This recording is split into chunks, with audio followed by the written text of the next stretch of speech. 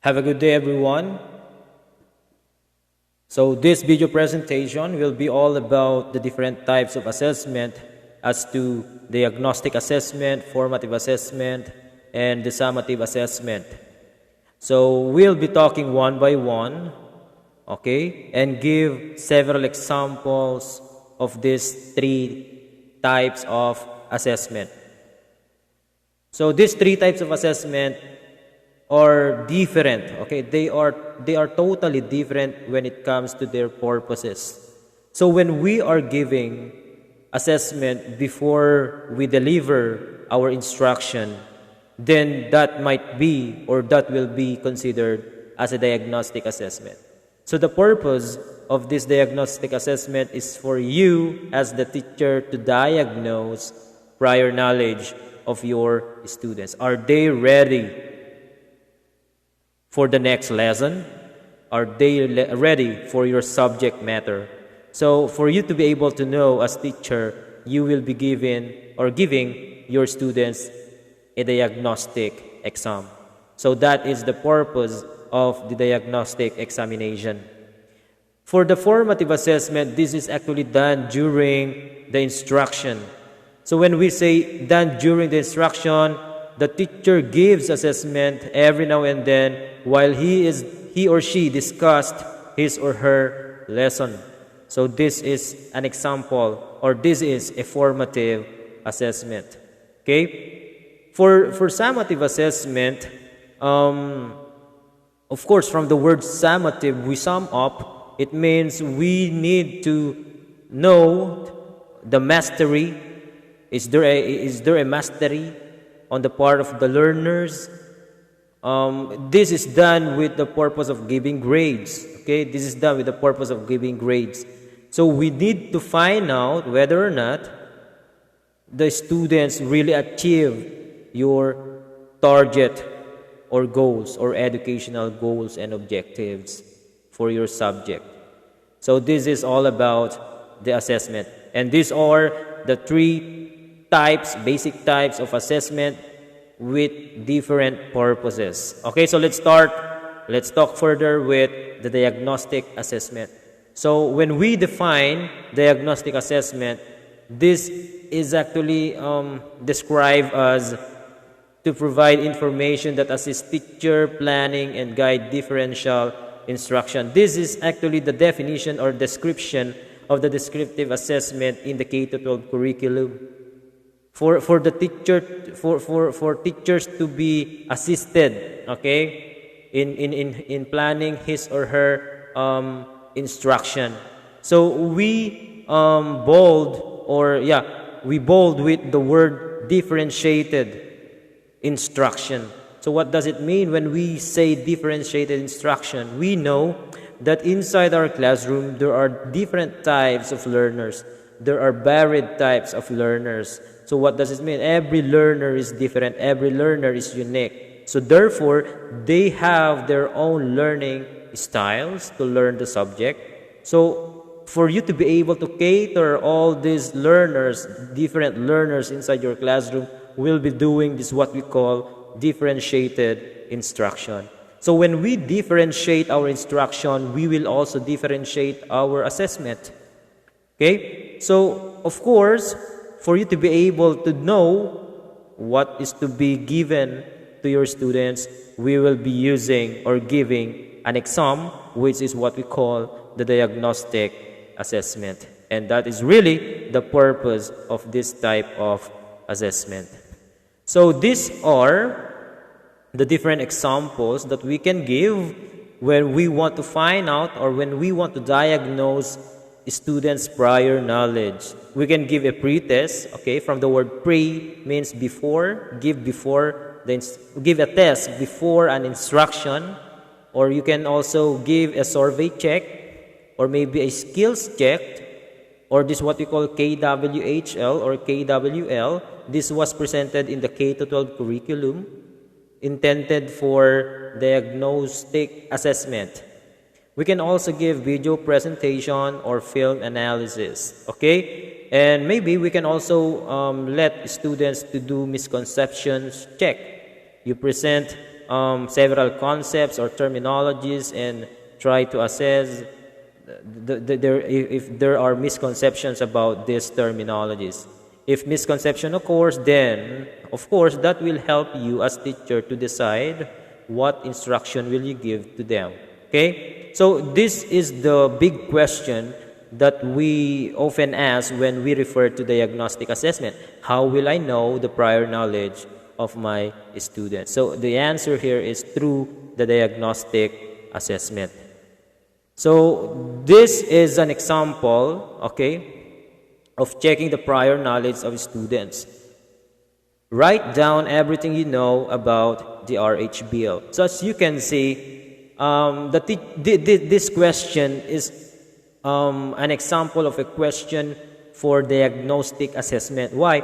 Because we don't know, or the students don't really know about RH bill, because the teacher have not yet presented topics about this RH bill. So ang ginawa lang ni teacher dito is to let his or her students to write down everything they know about the RH bill.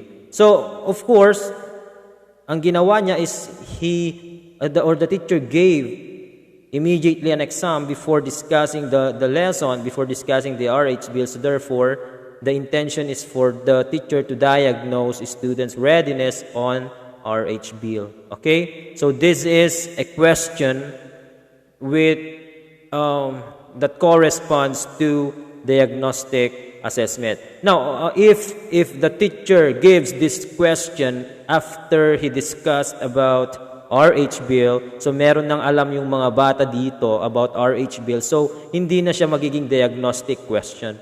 So that might be intended for a formative test or maybe a part of a summative assessment. So nakadepende yan sa purpose ng assessment mo. Okay? So yun yung gusto kong ma-input sa inyo. This can be treated as a diagnostic question. It can also be treated as formative or summative. But in my case, or in my example, I treated this question as an example of a diagnostic assessment because the teacher raised these questions first before he or she presented the lesson about RH bill.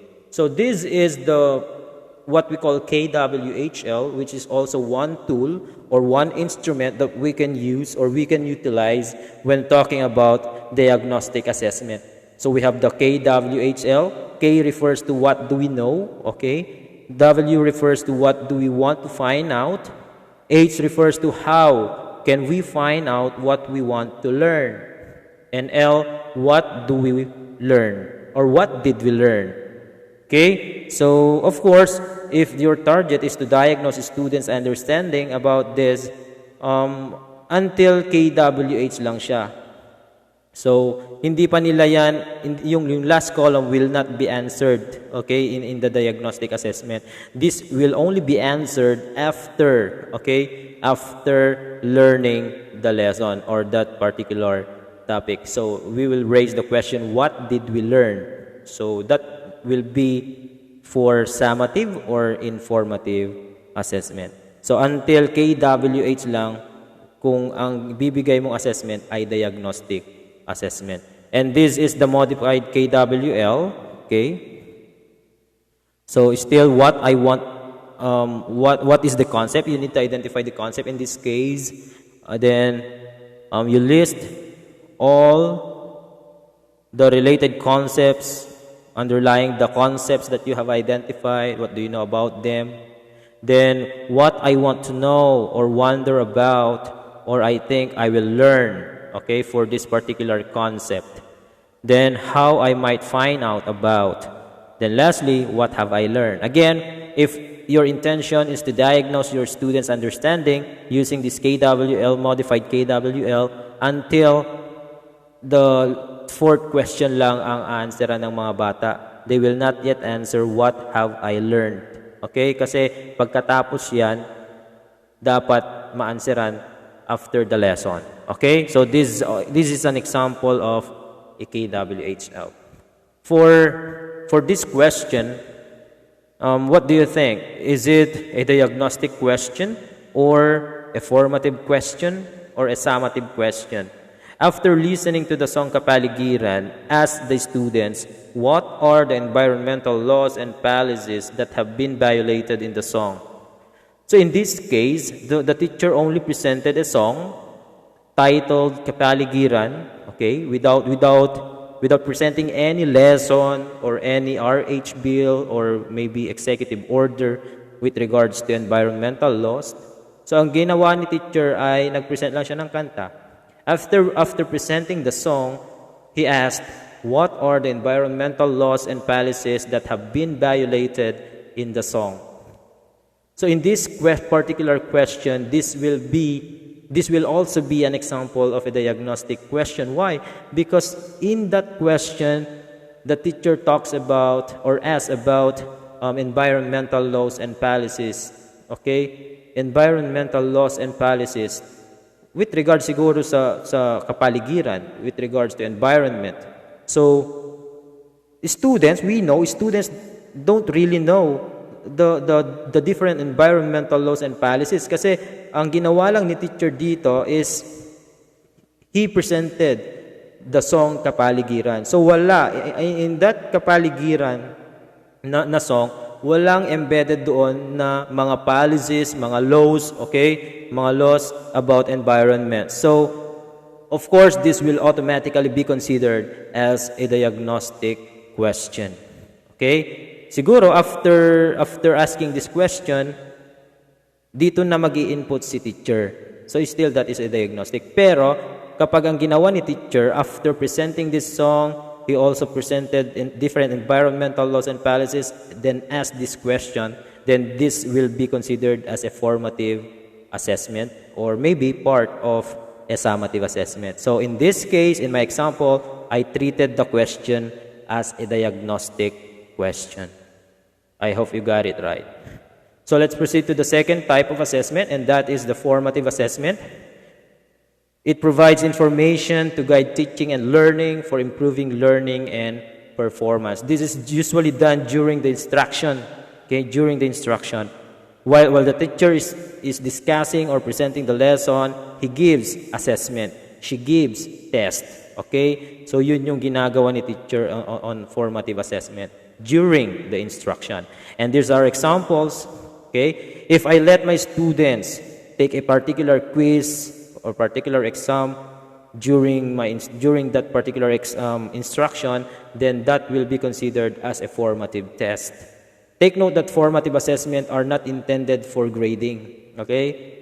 Grading students. This should not be our reference in grading our students. This should be, or the main purpose actually of this formative assessment is for us to know if there is really a progress on the part of our students. Meron ba talagang progreso yung bata dyan on that particular lesson? Kung wala, then balikan mo siya. Okay? You give another intervention, present again the lesson para magkaroon siya ng progress on that particular lesson. If I ask my students every now and then while discussing the topic, this is also another example of a formative assessment. This is through questioning, okay, through or raising questions to students to answer, okay, or maybe by simply observing behaviors of students while discussing the lesson. That can also be considered as a formative type of assessment through observation. Okay, so pwede pa rin yan yung observation.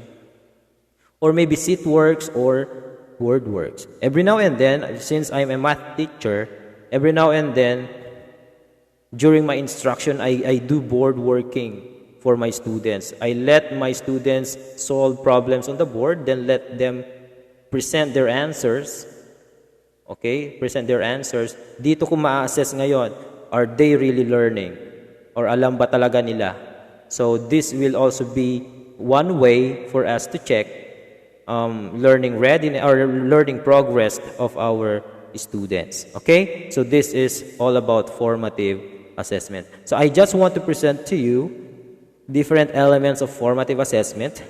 Okay? These are based from different case studies and related researches. First, establishment of a classroom culture that encourages interaction and the use of assessment tools. Second, establishment of learning goals and tracking of individual student progress towards these goals. So we will track individual progress. Okay, so that is the main purpose of the formative assessment. For the third one, we use varied instruction methods to meet diverse student needs. Okay? Actually, itong formative assessment is very critical. Okay? Since this is done during our instruction.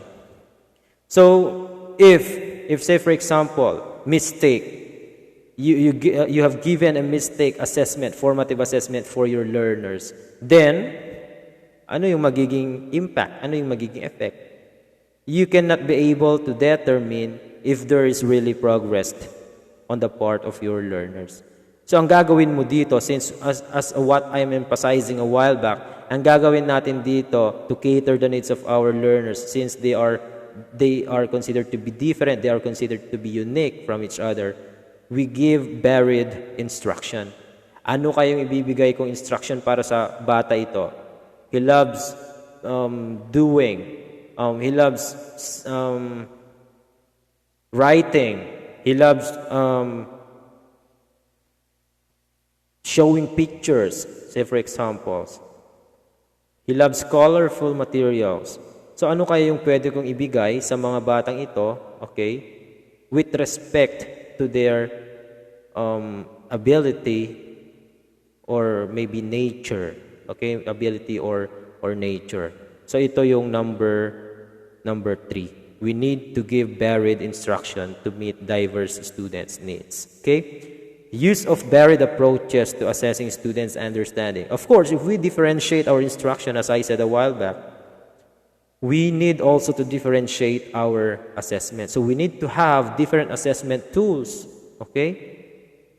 Different assessment tools with respect to the learning styles of our students. Because assessment tools, giving assessment tool that is not really fitted to your learners, then this assessment tool will not be considered anymore to be reliable, okay? Kasi in the first place, hindi fitted sa bata. Paano niya iti-take? Alright? So, wala ding fairness on that case. So, maraming mga qualities of assessment tools ang na-violate or nawala. So, we need also to consider the natures of our students when giving assessment, especially in the formative assessment.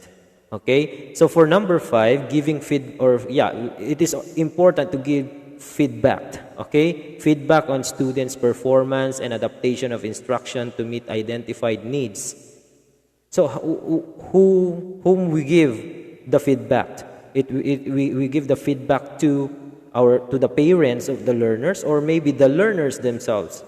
Let them reflect, okay? Let them reflect. Ito yung score mo. Ito yung nakuha mo on this particular quiz. Ano nangyari sa inyo? Or anong nangyari sa'yo. So you let the students reflect on his own learning. You let them track their own learning. So this is the formative assessment. For number 6, active involvement of students in the learning process. Okay, so this is from OECD 2005, Formative Assessment, Improving Learning in Secondary Classroom, OECD Publishing. For the summative assessment, so as what I'm saying a while back, the purpose of this is for us to give grades, okay? For us to determine who is the first honor, second honor, third honor, and so on. It determines the degree of mastery or proficiency according to the identified achievement targets. Are they really proficient? How do we know? Did they master really the lesson? How did we know? Or how do we know? It is through this summative assessment. So an example for this summative assessment is a performance test. If we don't prefer to give paper and pencil test, we give performance test or maybe project-based assessment or the product-based assessment. This performance test and product-based assessment are alternative assessment.